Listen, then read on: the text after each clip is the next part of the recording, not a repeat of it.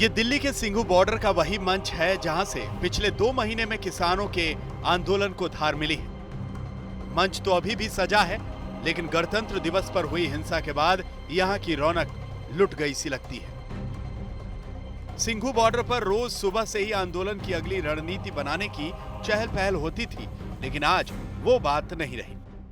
Singhu border पर मेरे ठीक पीछे इस मंच से ये ऐलान किया जा रहा है कि जितने लोग यहाँ बैठे हैं, किसान बैठे हैं, वो अभी कोई बयान न दें। हर दिन की तरह 60 दिन की तरह आज किसान यहाँ बैठे हुए हैं। मंच तैयार है, लेकिन आज स्टेज खाली है। आज स्टेज पर कोई नहीं है, कोई नेता नहीं है। 10 बजे यहाँ शुरुआत होती थी, किसान नेता यहाँ पहुँचने लगते थे, यहाँ से बयान दिए जाते थे। लेकिन आज की सुबह हर दिन जैसी नहीं है। गणतंत्र दिवस पर देश की राजधानी में जो कुछ भी हुआ, ये तमाम किसान तो यहाँ जमा हो गए हैं, लेकिन इनका नेतृत्व करने वाले अभी तक मंच पर नहीं आए हैं। दोपहर चढ़ते चढ़ते सिंघू बॉर्डर पर किसानों के इस मंच तक जो नेता आए भी, उनमें किसान आंदोलन का अगला कदम तय करने से ज्यादा खुद को हिंसा से अलग साबित करने में बीता। कल जो वहां पर जो केसरी झंडा लहराया गया, वो धार्मिक गुरुओं का झंडा है और वो नेशनल डे पे बहुत बार लाल किले पर लहराया भी गया है। और जब बॉर्डर पे, जो चाइना बॉर्डर पे फौज थी, तो अब राजनाथ जी उस झंडे को लेकर नारे लगा रहे थे। तो इस तरह की कोई नहीं, बेशक हमारा कार्यक्रम नहीं था। जो राष्ट्रीय झंडा था उसको कुछ भी ऐसा नहीं किया गया, वो उसी तरह झूलता रहा और कुछ इस तरह की तोड़ फोड़ भी नहीं। हाँ, उसके आसपास जुड़ हुई, लाल किले पे कुछ इस तरह की बात नहीं। लाल किले के अंदर तोड़ फोड़ हुई, जो अंदर कुर्सियों की, फर्नीचर की तोड़ फोड़ की गई या बाहर जो भी हिंसा हुई, हम उसकी सख्त शब्दों में निंदा करते हैं। ऐसा नहीं होना चाहिए। लाल किले पर तिरंगे के अपमान समेत दिल्ली की सड़कों पर हुए तांडव ने राष्ट्र के स्वाभिमान पर चोट की है। ऐसे में कानून वापसी नहीं तो घर वापसी नहीं का ऐलान करने वाले किसान नेताओं के आंदोलन पर भी चोट पहुंची है। आंदोलन में बिखराव का ट्रेलर भी मिल गया है। 2 बड़े किसान नेताओं ने सीधे सीधे किसान आंदोलन से खुद को अलग कर लिया है। एक हैं बीकेयू भानु के नेता भानु प्रताप सिंह और दूसरे हैं वीएम सिंह।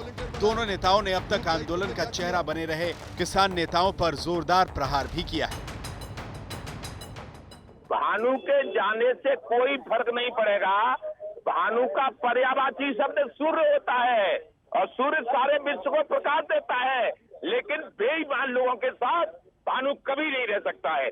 जिन लोगों ने लाल किले पर दूसरा झंडा फहराया है, उनका भानु विरोध करता है। जिन लोगों ने पुलिस पे हमला बोला है, उनका भानु विरोध करता है। जिन लोगों ने जिन संगठनों ने उद्दंडता की है, उनका भानु विरोध करता है। भानु भारत के संविधान में विश्वास करता है। संविधान का नियम और कानून है कि आप लोग शांतिपूर्वक धरना प्रदर्शन अपनी मांगों के लिए कर सकते हैं। उद्दंडता करने वालों को जेल जाना होगा, ये भानु की मांग है। अगर हम यहाँ पर आकर और बैरियर तोड़ दें, हम बसें तोड़ दें, हम लाल किले में झंडा चढ़ा दें, उससे हमें क्या लाभ हो रहा है? आज ये गरिमा हमारी नहीं है, ये देश की गरिमा है।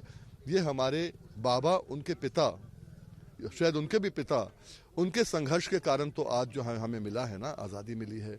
इस संविधान के तहत ही मैं इनके लिए, किसानों के लिए, करोड़ों किसानों के लिए गन्ने का रेट दिलवाता हूं हाईकोर्ट, सुप्रीम कोर्ट से, और वहीं पर मैं संविधान को ठेंगा दिखा दूं? ये नहीं हो सकता। वैसे ट्रैक्टर परेड में हुई हिंसा को लेकर जब किसान आंदोलन बैकफुट पर जाता दिख रहा है, तो दावा यह हो रहा है कि किसान आंदोलन को बदनाम करने के लिए ये पूरा षड्यंत्र रचा गया है।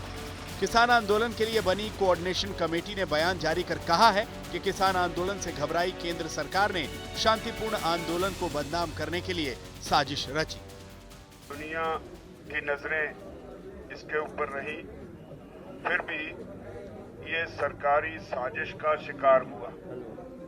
सरकार ने जिस तरह से एक साजिश के तहत किसान आंदोलन को तोड़ने की कोशिश की, उसके बावजूद इस ट्रैक्टर परेड में, किसान गणतंत्र परेड में 99.9% किसान पीसफुल रहे। तो आपकी परेड को किसी भी तरीके से विघ्न डालने की बात नहीं थी? ना, परेड को कौन विघ्न डाल देगा और कौन झंडे पे विघ्न डाल देगा? लेकिन अब तो आपके जो वीडियो है वो वायरल किए हो अरे रहे वीडियो हैं। और वायरल तो वीडियो होने ही चाहिए, और क्या होना चाहिए। ऐसा कुछ नहीं है। बहुत लोग झंडे पे डंडे पे बात कर रहे हैं। मैं फिर चैनल वालों से ही पूछो कि जी झंडा बताओ कहीं मिल गया। अब किसी ने जब परमानेंट कभी तिरंगा हाथ में थमा ही नहीं है, किसी उसका झंडा थमा ही नहीं, हम तो कह रहे हैं कि तिरंगा किसने थमा और वो कहीं से थमता है वो बता दो। तो आपके ही वीडियो क्यों वायरल हो रहे हैं? इतने सारे पता नहीं वीडियो भाई अचानक क्या, अरे आके ये आप तो कर लेंगे भाई। बहुत बड़ी IT सेल है एक, उसकी पार्टी की वो लग रही है, वो करेगी सब काम। किसान आंदोलन को बदनाम करने के लिए रची गई साजिश के इन आरोपों को कांग्रेस पार्टी ने भी लपक लिया है।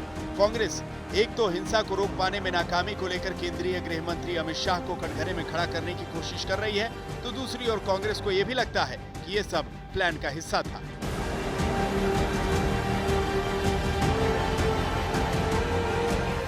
जो तांडव हुआ वो संयोग नहीं, प्रयोग था। देश की राजधानी दिल्ली में किसान आंदोलन की आड़ में हुई सुनियोजित हिंसा व अराजकता के लिए सीधे सीधे गृह मंत्री श्री अमित शाह जिम्मेवार हैं। इस संबंध में तमाम खुफिया इनपुट के बावजूद हिंसा के तांडव को न रोक पाने में नाकामी के चलते उन्हें एक पल भी अपने पद पर बने रहने का अधिकार नहीं। इस बीच दिल्ली पुलिस ने हिंसा के मद्देनजर जिन लोगों पर FIR दर्ज किया है उसमें किसान आंदोलन के नेताओं के नाम को डाला है। राकेश टिकैत और योगेंद्र यादव समेत दिल्ली के समयपुर बादली में 37 बड़े किसान नेताओं और अज्ञात लोगों के खिलाफ लूट, हत्या की कोशिश, साजिश, दंगा फैलाने, सरकारी संपत्ति को नुकसान पहुंचाने और पुलिस पर हमला करने के तहत केस दर्ज किए गए हैं। दिल्ली के मुकरबा चौक पर हिंसा को लेकर यह FIR दर्ज हुई है। कुमार कुणाल, मौसमी सिंह, आशुतोष मिश्रा के साथ अरविंद ओझा, दिल्ली।